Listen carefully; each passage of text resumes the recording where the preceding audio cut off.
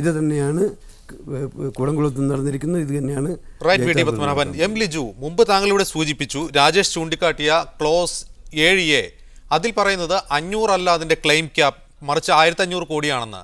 യഥാർത്ഥത്തിൽ 500 കോടി തന്നെയാണ് അതിൻ്റെ ക്ലെയിം ക്യാപ്, ബാക്കിയുള്ളത് കേന്ദ്ര സർക്കാർ വഹിക്കുമെന്നാണ് നിയമത്തിൽ പറയുന്നത്. ഇത് മാത്രമല്ല, ബാക്കിയുള്ള 4 ക്ലോസുകൾ, വിവാദപരമായ 4 ക്ലോസുകൾ പ്രകാരം എങ്ങനെ ഈ ഉത്തരവാദിത്തത്തിൽ നിന്ന് ആണവ റിയാക്ടറുകൾ സപ്ലൈ ചെയ്യുന്ന കമ്പനികൾക്ക് ഊരിപ്പോകാമെന്നതിനുള്ള വ്യക്തമായ തെളിവല്ലേ ഓപ്പറേറ്റർക്ക് വേണമെങ്കിൽ കരാറിൽ നിന്ന് ഈ സാധനങ്ങൾ സപ്ലൈ ചെയ്യുന്ന കമ്പനിയെ ഒഴിവാക്കിയെടുക്കാം എന്ന ഒരു വ്യവസ്ഥ വച്ചത്? ഇത് തന്നെയല്ലേ ഇപ്പോൾ വിവാദമായിരിക്കുന്നത്? അല്ല, ഇപ്പോൾ പറഞ്ഞ വസ്തുതാപരമായ പിഴവുണ്ട്. അതായത് 1500 റൈറ്റ്, ലിജുവിലേക്ക് തിരികെ എത്താം. എം പി രാജേഷ്, മുൻപ് ഇവിടെ സൂചിപ്പിച്ച ക്ലോസ് 7 ആ വ്യവസ്ഥ തന്നെയല്ലേ ഇപ്പോൾ വിവാദമായത്? യഥാർത്ഥത്തിൽ ഓപ്പറേറ്റർ ആണ് ഇതിൽ കരാറിൽ ഒപ്പിടുന്നത്. ഒരു ആക്സിഡന്റ് ഉണ്ടായാൽ, ഒരു അപകടമുണ്ടായാൽ അതിൽ ഇരകൾക്ക് യാതൊരു ലീഗൽ ക്ലെയിമും ഉന്നയിക്കാൻ കഴിയില്ല. കാരണം ഓപ്പറേറ്റർ ആയിരിക്കും കേസ് നടത്തുക, ഓപ്പറേറ്റർ ആയിരിക്കും പരാതിക്കാരൻ. അപ്പോൾ ഒരു ഓപ്പറേറ്റർ തന്നെ അതിൻ്റെ സപ്ലയറെ ഈ ബാധ്യതയിൽ നിന്ന് ഒഴിവാക്കിയെടുത്താൽ പിന്നെ ആർക്ക് നഷ്ടപരിഹാരം നൽകും? അതെ, അതാ പറഞ്ഞത്. ഇവിടെ ലിജു പറഞ്ഞു 500 കോടിയല്ല ക്യാപ്പ് എന്നുള്ളത്. ഇവിടെ 2140 കോടിയാണ് ഒരു ആണവ അപകടമുണ്ടായാൽ ആകെ നഷ്ടപരിഹാരത്തിന്റെ പരിധി എന്ന് പറയുന്നത്. അതായത് 300 SDR 300 മില്യൺ SDR എന്ന് പറഞ്ഞാൽ സ്പെഷ്യൽ ഡ്രോയിങ് റൈറ്റ്സ് ആണ്. അതനുസരിച്ച് 2140 കോടി രൂപ വരും. അപ്പോൾ 2140 കോടി രൂപ ആകെ നഷ്ടപരിഹാരത്തിന്റെ പരിധി.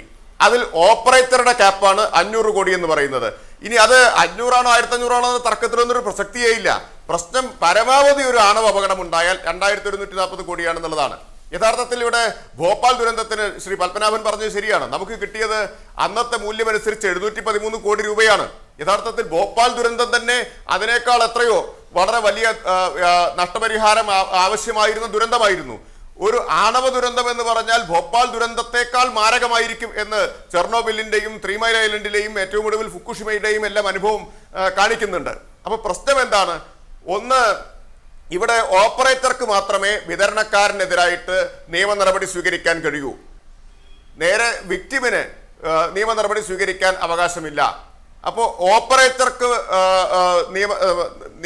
മാത്രമേ നിയമ നടപടി സ്വീകരിക്കാൻ കഴിയൂ എന്ന സാഹചര്യം നിലനിൽക്കുമ്പോൾ ഈ കരാറിൽ നിന്ന് ഓപ്പറേറ്റർ ആ അധികാരം വെയ്വ് ചെയ്താൽ, അത് ഉപേക്ഷിച്ചാൽ യഥാർത്ഥത്തിൽ വിതരണക്കാർ എല്ലാ തരത്തിലുള്ള ബാധ്യതയിൽ നിന്നും ഒഴിവാക്കപ്പെടുകയാണ്. ഇവിടെ നമ്മൾ കാണുന്നത് എന്താ? വാഹൻവതിയോട്, അത് വാഹൻവതിയുടെ മാത്രം അഭിപ്രായമാണ് എന്ന് ലിജു പറയുകയാണ്.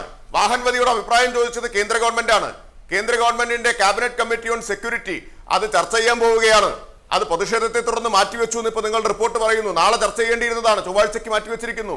വാഹൻവതിയുടെ മാത്രം അഭിപ്രായം എന്ന നിലയിൽ അപ്രധാനമായിട്ടുള്ള ഒന്നാണെങ്കിൽ എന്തിനാണ് ഈ ക്യാബിനറ്റിന്റെ ഏറ്റവും പ്രധാനപ്പെട്ട ഈ കമ്മിറ്റി, സുരക്ഷാ കാര്യങ്ങൾ സംബന്ധിച്ച സമിതി, ഉപസമിതി ചർച്ച ചെയ്യുന്നതിന് വേണ്ടിയിട്ടാണ്.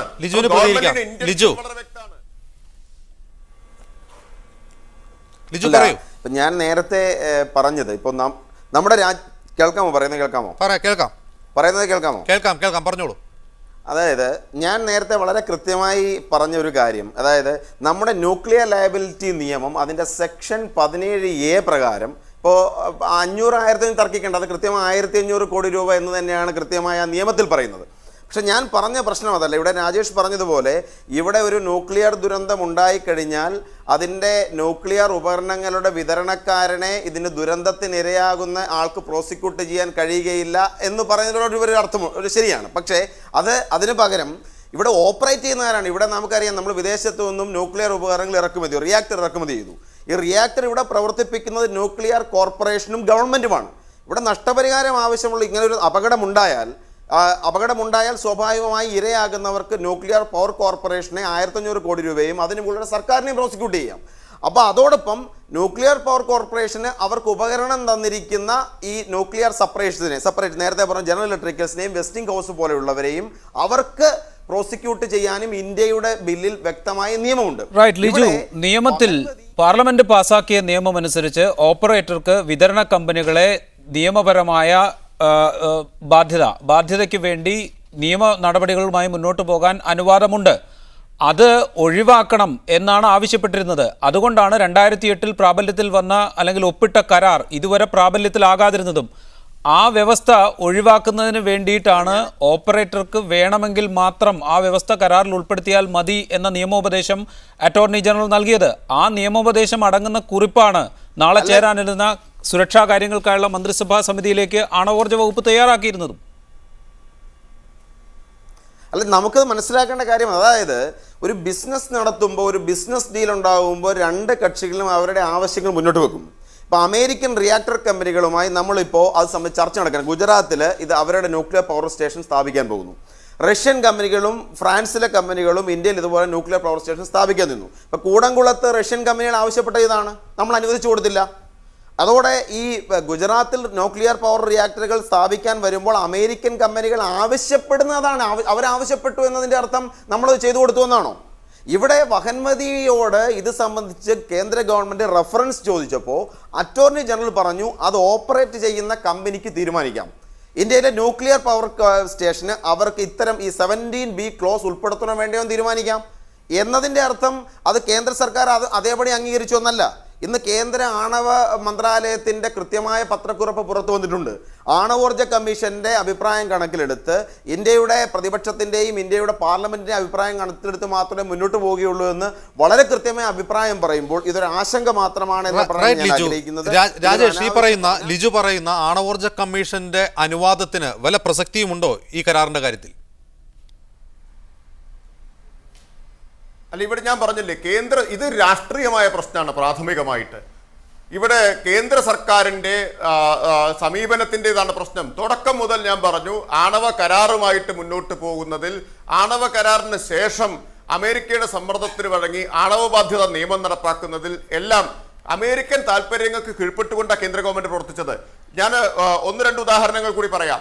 ഇപ്പോൾ 2008 സെപ്റ്റംബർ 10 തീയതി 2008 സെപ്റ്റംബർ 10 തീയതി അന്നത്തെ ഇന്ത്യയുടെ വിദേശകാര്യ സെക്രട്ടറി ശിവശങ്കർ മേനോൻ അന്നത്തെ അമേരിക്കയുടെ അണ്ടർ സെക്രട്ടറി ആയിട്ടുള്ള വില്യം ബേൺസിന് എഴുതിയിട്ടുള്ള കത്തുണ്ട്. ആ കത്തിൽ കൃത്യമായിട്ട് പറയുന്നുണ്ട് ഈ വിതരണക്കാരെ ബാധ്യതയിൽ നിന്ന് ഒഴിവാക്കുന്ന ആണവ ബാധ്യതാ നിയമം പാസാക്കുന്ന ദിശയിൽ ഇന്ത്യ മുന്നോട്ട് പോകും എന്ന് 2008 അന്നത്തെ വിദേശകാര്യ സെക്രട്ടറി കൊടുത്ത ഉറപ്പാണിത്. UPA ഗവൺമെന്റാണ് അന്നും അധികാരത്തിലിരിക്കുന്നത്. അതിനുശേഷം 2010 അമേരിക്കയുടെ assistant state secretary Robert Blake അദ്ദേഹം പറഞ്ഞിട്ടുണ്ട്, അമേരിക്കൻ കോൺഗ്രസിന്റെ വിദേശകാര്യ സമിതിയുടെ മുമ്പാകെ നൽകിയിട്ടുള്ള മൊഴി അദ്ദേഹം പറയുന്നത് എന്താ, ഇന്ത്യ വിതരണക്കാരെ ഒഴിവാക്കുന്ന ആണവ ബാധ്യതാ നിയമം നടപ്പാക്കുമെന്ന് പ്രതീക്ഷിക്കുന്നു, അതിനുള്ള നടപടികൾ സ്വീകരിച്ചുകൊണ്ടിരിക്കുന്നു, ഈ പാർലമെന്റ് സമ്മേളനത്തിൽ തന്നെ അത് കൊണ്ടുവരാമെന്ന് ഉറപ്പു തന്നിരിക്കുന്നു. അങ്ങനെ പാസ്സാക്കി കഴിഞ്ഞാൽ വലിയ തോതിലുള്ള ഇൻവെസ്റ്റ്മെന്റ് അമേരിക്കയിലെ ന്യൂക്ലിയർ കമ്പനികൾക്ക് ഇന്ത്യയിൽ നടത്താനുള്ള സാഹചര്യം ഒരുങ്ങും എന്ന് ഇത് ആധികാരികമായിട്ടുള്ള രേഖയാണ്. അദ്ദേഹം തന്നെ പാർലമെന്റിന്റെ അമേരിക്കൻ കോൺഗ്രസിന്റെ വിദേശകാര്യ സമിതിയുടെ മുമ്പാകെ പറഞ്ഞതാണ്. ലിജു കഴിഞ്ഞ ജൂലൈയിൽ US സെനറ്റർമാർ ഇക്കാര്യം ആവർത്തിച്ച് പറഞ്ഞിരുന്നു, ഇന്ത്യക്ക് മേൽ സമ്മർദ്ദം ചെലുത്തിയിരുന്നു. ഇപ്പോൾ രാജേഷ് ചൂണ്ടിക്കാട്ടിയ കാര്യം അല്ല, ഞാൻ എന്നെ ഒന്ന് പൂർത്തീകരിക്കാൻ അനുവദിക്കും. ഇപ്പം രാജേഷ് പറഞ്ഞിരിക്കുന്നു, ഇന്ത്യയുടെ വിദേശകാര്യ സെക്രട്ടറി അമേരിക്കൻ സെക്രട്ടറിക്ക് അയച്ച കത്തിൽ 2008 പറഞ്ഞിരിക്കുന്നു എന്നാണ് രാജേഷ് പറഞ്ഞത്. അതായത് ഇന്ത്യ ഒരു ആണവ ബാധ്യത നിയമം പാസ്സാക്കാൻ പോകുന്നു. ആ ആണവ ബാധ്യതാ നിയമത്തിൽ ഓപ്പറേറ്റേഴ്സിന് ബാധ്യതയില്ലാത്ത തരത്തിലുള്ള ഒരു നിയമം പാസ്സാക്കുമെന്ന് 2008 പറഞ്ഞു എന്നാണ് പറയുന്നത്. 2010 ഇന്ത്യ പാസ്സാക്കിയ നിയമം പറയുന്നത് എന്താ? 2010 ഇന്ത്യ പാസ്സാക്കിയ നിയമം 17B ഉൾപ്പെടുത്തിയിട്ടുണ്ട്. ആണവ വിതരണക്കാർക്ക് കൃത്യമായി ബാധ്യത ഉൾപ്പെടുത്തുന്ന തരത്തിലുള്ള നിയമം പാസ്സാക്കി 17B അതല്ലേ പറഞ്ഞിരിക്കുന്നത്. അപ്പൊ രാജേഷ് പറഞ്ഞിരിക്കുന്ന ക്ലെയിം തെറ്റാണെന്നല്ലേ അതിന്റെ അർത്ഥം? ഇപ്പോഴും ആവശ്യപ്പെടുന്നത് 17B ഒഴിവാക്കണമെന്നാണ്. 17B ഒഴിവാക്കണമെന്ന് ആവശ്യപ്പെടുന്നതിന്റെ അർത്ഥം ഇന്ത്യ പാസ്സാക്കിയ ആണവ ബാധ്യത നിയമം അത് എന്നല്ലേ? രാജേഷ് പറയൂ. അല്ല, ആങ്കർ ഒരു കാര്യം പറഞ്ഞ് അവസാനിപ്പിക്കാനുള്ള അവസരം തരണം, അതല്ലാതെ അങ്ങോട്ടും ഇങ്ങോട്ടും ഇങ്ങനെ പറഞ്ഞ് ബഹളം ഉണ്ടാക്കാൻ പറ്റില്ല. അപ്പൊ ഞാനിവിടെ പറഞ്ഞു വരുന്നത് ഇതൊരു ഒന്നാമതൊരു ഗൗരവപ്പെട്ട കാര്യമാണ്, സാധാരണ ഒരു രാഷ്ട്രീയ ചർച്ചയല്ല. അപ്പൊ അതുകൊണ്ട് ഞാനിവിടെ പറഞ്ഞത് എന്താ, ഓപ്പറേറ്ററെ ഒഴിവാക്കുന്ന വ്യവസ്ഥയല്ല, വിതരണക്കാരനെ ഒഴിവാക്കുന്ന വ്യവസ്ഥ. ലിജു കൺഫ്യൂഷൻ ഉണ്ടാക്കരുത്, ബോധപൂർവം കൺഫ്യൂഷൻ ഉണ്ടാക്കുകയാണ്. വിതരണക്കാരനെ ഒഴിവാക്കുന്ന CSC. അതെ അല്ല, ഞാൻ പറയട്ടെ, ഞാൻ പറഞ്ഞു തീർക്കട്ടെ. ലിജു ഞാനൊന്ന് പറയട്ടെ, നിങ്ങൾ ഇടയ്ക്ക് കയറി പറയല്ലേ. അത് കഴിഞ്ഞ് നിങ്ങൾ പറഞ്ഞോ. CSC compensation supplementary convention on supplementary compensation അതനുസരിച്ച് വിതരണക്കാരനെ ബാധ്യതയിൽ നിന്ന് ഒഴിവാക്കുന്ന നിയമം ഞങ്ങൾ പാസാക്കാം എന്ന് രേഖയുള്ളതാണ്. ഞാൻ വെറുതെ പറയുന്നതല്ല. സെപ്റ്റംബർ 2008